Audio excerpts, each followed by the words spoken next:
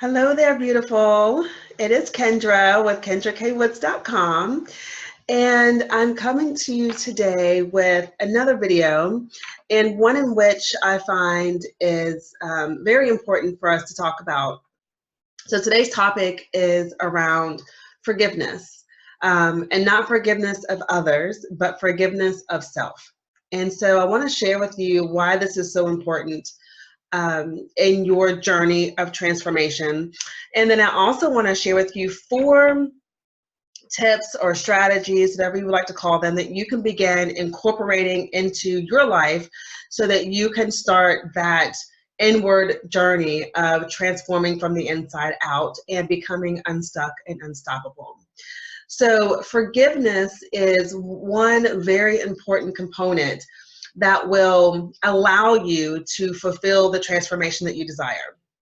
It is a core component that I work with all of my clients. We go through and we do forgiveness work, forgiveness of others, but then of course also forgiveness of self, because your ability really to forgive is critical to your well-being. Right? It's critical to your well-being. It's critical to the way that you see yourself, to your self-image, how you speak to yourself, the inner dialogue you have going on. It is so very important. And what happens is that when you can't forgive yourself, you tend to hold on to all of the blame, the guilt, the shame, the anger, the frustration that you hold towards yourself. You hold it inside.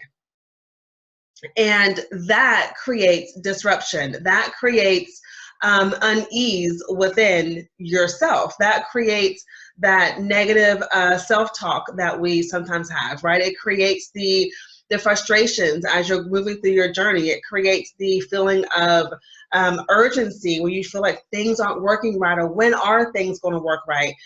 And it really just creates a space of disharmony within you. And the goal and the purpose with forgiving self is to bring that harmony back within yourself, because when you are harmonious within, things around you are going to respond and be harmonious as well. And if you haven't noticed, one of my core beliefs and one of the things that I teach is that you are the source of your reality, right? The spirit that's in you, the soul that's in you, the God that's in you, all of that is in you is helping you to create this, your own personal universe, as I like to call it, your own reality that you have going on.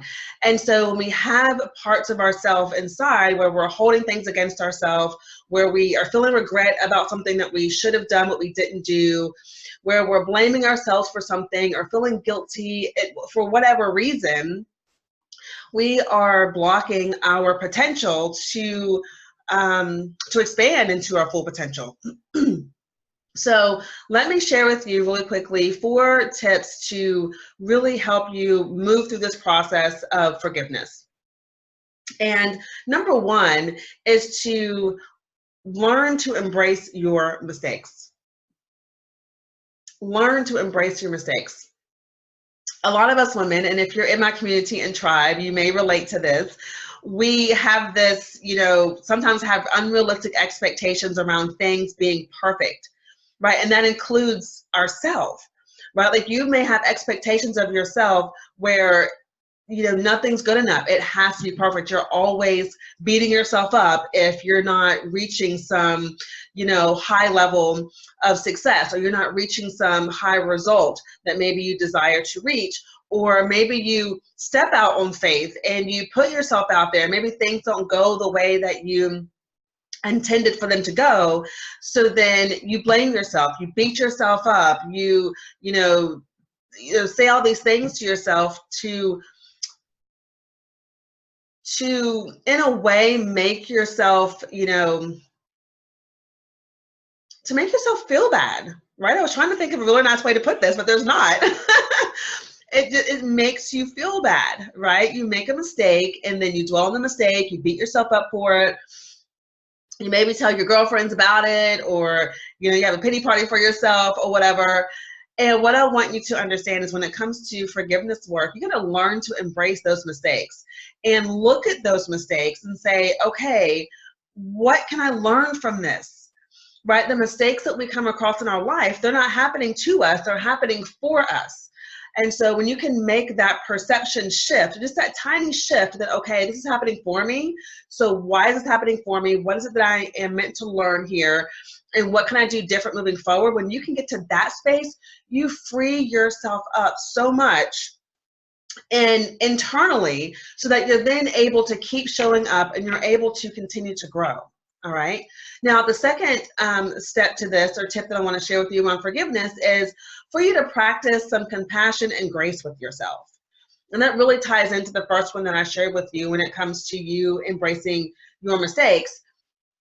In order to embrace that mistake, you need to have some compassion and some grace for yourself. Okay. And the way that I like to look at this is I have a daughter who's 7. And so when I do something that maybe I'm not happy with, or I didn't show up in a way that I wanted to show up, or I didn't complete a project that I wanted to complete, I have to ask myself, Kendra, would you beat up your 7-year-old daughter about this like you're beating yourself up? Right? And the answer would be no, because we know as when we look at kids, the mindset is, well, they're always growing, they're learning, we have to teach them. Well, just because you are an adult woman does not mean that you're not still learning, growing, and evolving. You are. And so you've got to learn to practice some compassion and grace with yourself. Care for yourself, right? Care that, yeah, that you're maybe feeling bad because you made a mistake, but be sympathetic to how you're feeling. All right, and practice that compassion and grace with yourself, because the quicker you can do that, the quicker you can embrace the mistake and just and offer yourself compassion and grace, the quicker you can move on to moving forward in your journey and into the next step that you need to take. Now, the third tip is stop making yourself wrong. We are so good at this, ladies. We are so good at making ourselves wrong, right? When it comes to asking for what we really want, or when it comes to I don't know, taking the rest that needs to be taken, or when it comes to the way we approach things in life. We have this tendency to look outside of ourselves and see what everyone else is doing, and then come back to ourselves and say, oh, well, I'm doing it wrong, or I'm not doing it right, or I'm not doing it good enough. And I want you to release that from yourself. I want you to give yourself permission to release the need for you to have to prove yourself wrong, for you to make yourself wrong. Because here's the thing, when you can truly stand in the knowing that whatever you are feeling, whatever your beliefs are, whatever your desires are, if you can stand firm in those beliefs and in how you're feeling and own where you're at and really embrace your power, that is so transformational.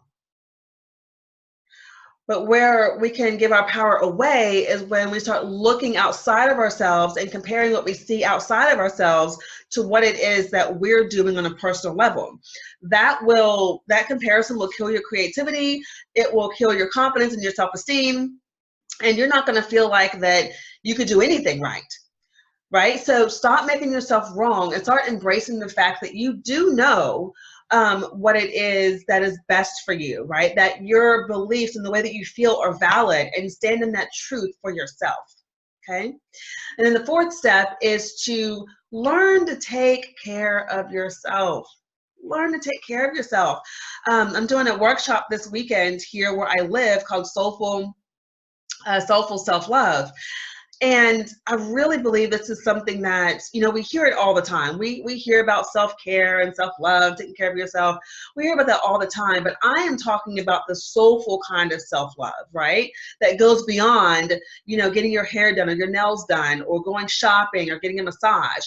I'm talking about the type of care where you really genuinely care about how you're feeling and what's going on inside of you and what you're thinking, and giving yourself space if you feel you need space, right? Honoring your desires, not doing things that you really don't want to do, and just really standing up for yourself in a way that feels good for you, right? In a way that honors who you are as a woman.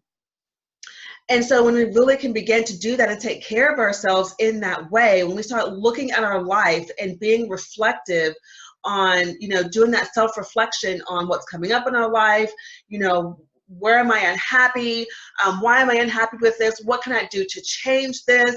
Who are the people that I have around me? Do I need to really look at, who I'm allowing to be in my space? When we start caring for ourselves on that level, that is when you, again, accelerate your growth and accelerate your transformation. All right. So I hope these four tips helped you today in regards to forgiving yourself. And one thing that I would challenge you to do is take some time to sit down, maybe 10 minutes, and write a forgiveness letter to yourself, or write a love letter to yourself. But begin cultivating that relationship with yourself consciously and on purpose, and with an intention of bringing yourself up and elevating yourself and creating the transformational shifts that you desire. Okay. And as always, if you would like support in this, or feel that you need support in this, and really understanding and getting clear on what's in your way, getting clear on what your limiting beliefs are, having someone to support you in this journey of personal discovery and reconnecting back with the truth of who you are, I invite you to reach out to me for a complimentary 60-minute mindset consultation. You can find the link here below this video, or if you're watching this in an email, you can find it in the email, embedded in the email.